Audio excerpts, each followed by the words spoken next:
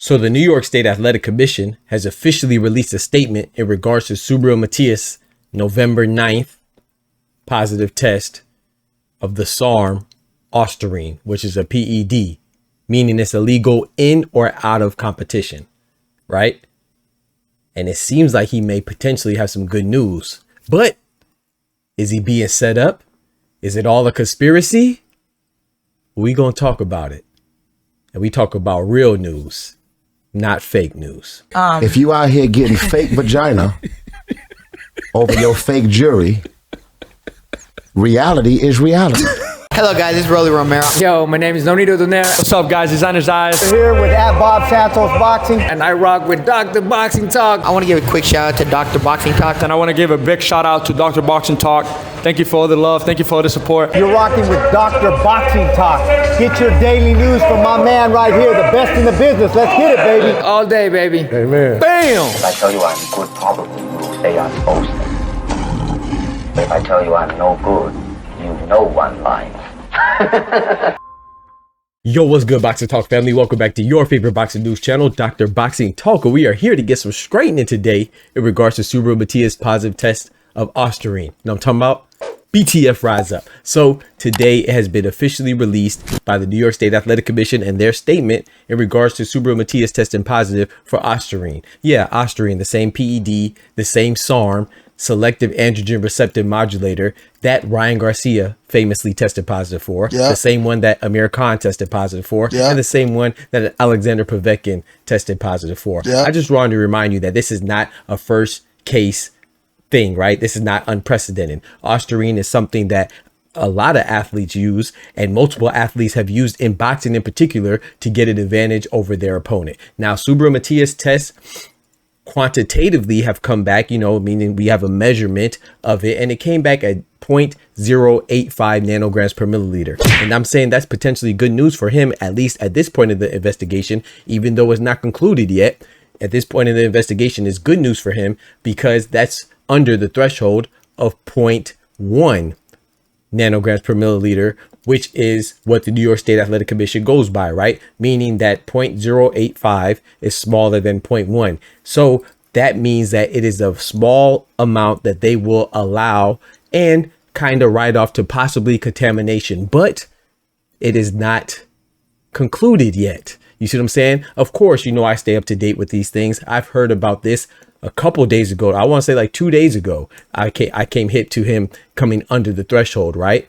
But I didn't report on it. You know why? Because it wasn't official yet. I didn't see it from a source that was reputable. I didn't see it from a source that I could depend on. You know what I'm talking about? And we deal with real boxing news on this channel, not the hoopla, not the gossip, not the rumors like they do over there, all those gosh dang clickbait channels or those hype machine channels or those groupie channels. I told you before in the last video when I first reported this that I'm hoping that Subriel Matías is clean, but at the same time, if a fighter is dirty, then they should be reprimanded and punished for it, and they should be held accountable. Now, like I said, he's not clean, but the fact that it's under the allowable limit of 0.1, the 0.085, that is good news for him. But I want to remind you, for your listening pleasure, we are now on Spotify under Dr. Boxing Talk. The same thing on TikTok, Twitter, Instagram, Spotify, everything. Dr. Boxing Talk, man. Come rock with us.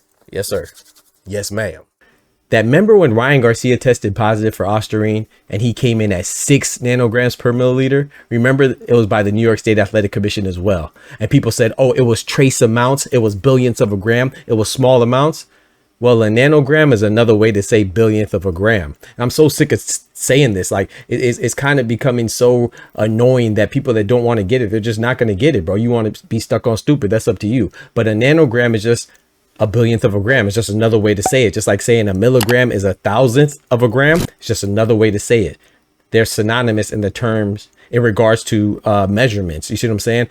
But when people that are Ryan Garcia fans or working for Ryan Garcia, they use these terms to try to confuse you. because they're not confused. You see what I'm saying? They try to confuse people that want to be confused. You see what I'm saying? So a billionth of a gram sounds a whole lot smaller than nanogram, even though they're both the same thing. They both sound small, but some people, they feel like, oh, I don't understand this. And I know a billionth sounds small, so I think that it's a trace amount. No, Ryan Garcia tested positive for ostarine at 6 nanograms per milliliter. The allowable threshold is 0.1 nanograms per milliliter. That means he had 60 times the allowable limit in his system. Does that sound like a trace or a small amount to you? You dumbass. But anyway, Subriel Matías, he actually does have a small amount relative to the allowable limit. Now you can still question and be like, hey, why does he have it in his system anyway? Well, there's multiple answers for that. It could have been because he was microdosing. It could have been because it was contaminated. It could have been an accident. It could have been intentional. That's what the investigation is for. But it is looking like the fight with Subriel Matías and Dalton Smith in January is a go, you know, which I hope it is. And but it depends on what they find in the investigation. This is why they investigate things. So I want to also give you another I want to establish some clarity. Even though I've already talked about this before, I'm going to recover it again for those of you that are new, right? So Subriel Matías returned what was called an adverse analytical finding, or a AAF. That means that he tested positive for a substance, right? A ATF, which a lot of people are confusing it with, this is why I'm covering it, is an atypical finding. So you have an AAF, which is an adverse analytical finding, meaning that you tested positive for a substance, right? And you have an ATF, which is an atypical finding, meaning that it's inconclusive and then further investigation is needed, and there's not necessarily a positive test at this point, right? An example of somebody who had an ATF, atypical finding, is Artur Beterbiev when he was about to fight Callum Smith. Remember, they made a big deal out of that, and then it actually ended up not being anything because it was actually just a day where he had, I believe it was just a heightened level of testosterone, which your body naturally produces, but it didn't ring the alarm for it to be a positive test. It was just atypical because some days we wake up and we have higher testosterone, or some day we wake up and we have lower testosterone, or even throughout the day, right? Our body, chemicals in our body tend to fluctuate like that. So that's all it was with Artur Beterbiev. But to be responsible, they try to let these parties know that are involved. It's just that somebody dropped the ball with Artur Beterbiev and let the information out prematurely. With Subriel Matías, that is not applicable. He literally had a AAF, which is an adverse analytical finding, meaning he did test positive, but in this case, it is under the allowable limit set by the New York State Athletic Commission of 0.1. So he should be clear. But once again, I want to reemphasize that if investigation is not over yet. But I say this to tell you, I'm really fed up with these people that are just groupies, right? It's so funny when somebody is cheated. If you don't like the person that was cheated, you don't care, right? It's just, oh, they should have fought better. They should have had better defense. They should have did this, that, and the third, right? You know, you will excuse the person that has a PED in their system as long as you don't like their opponent.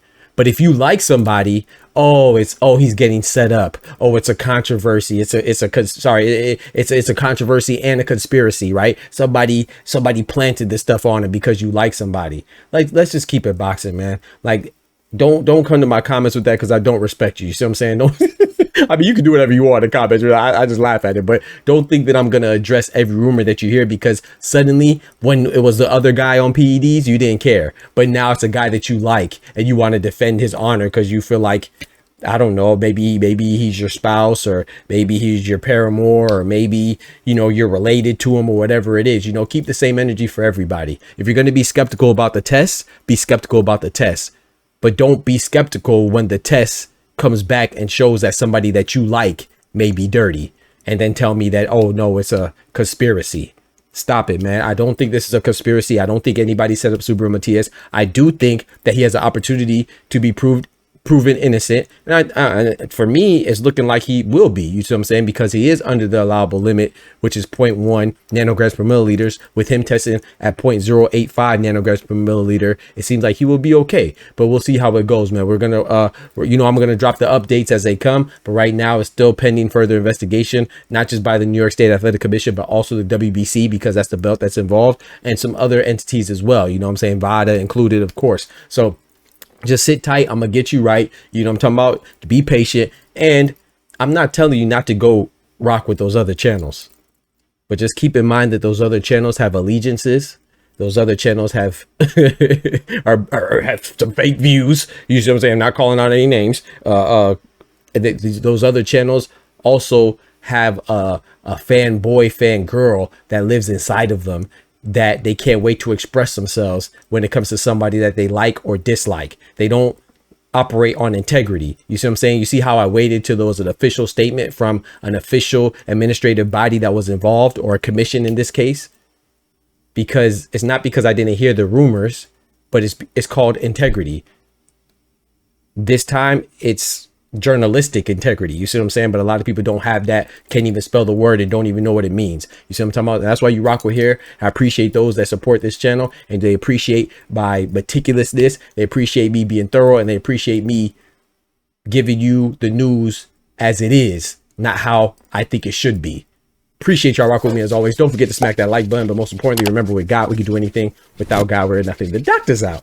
Peace. From the hood to college, both worlds they had to meet. 6 degrees between us, so cold we're about to freeze. But we're Florida boys, hot takes, we bring the heat. We're moving the culture, the engineers to the streets.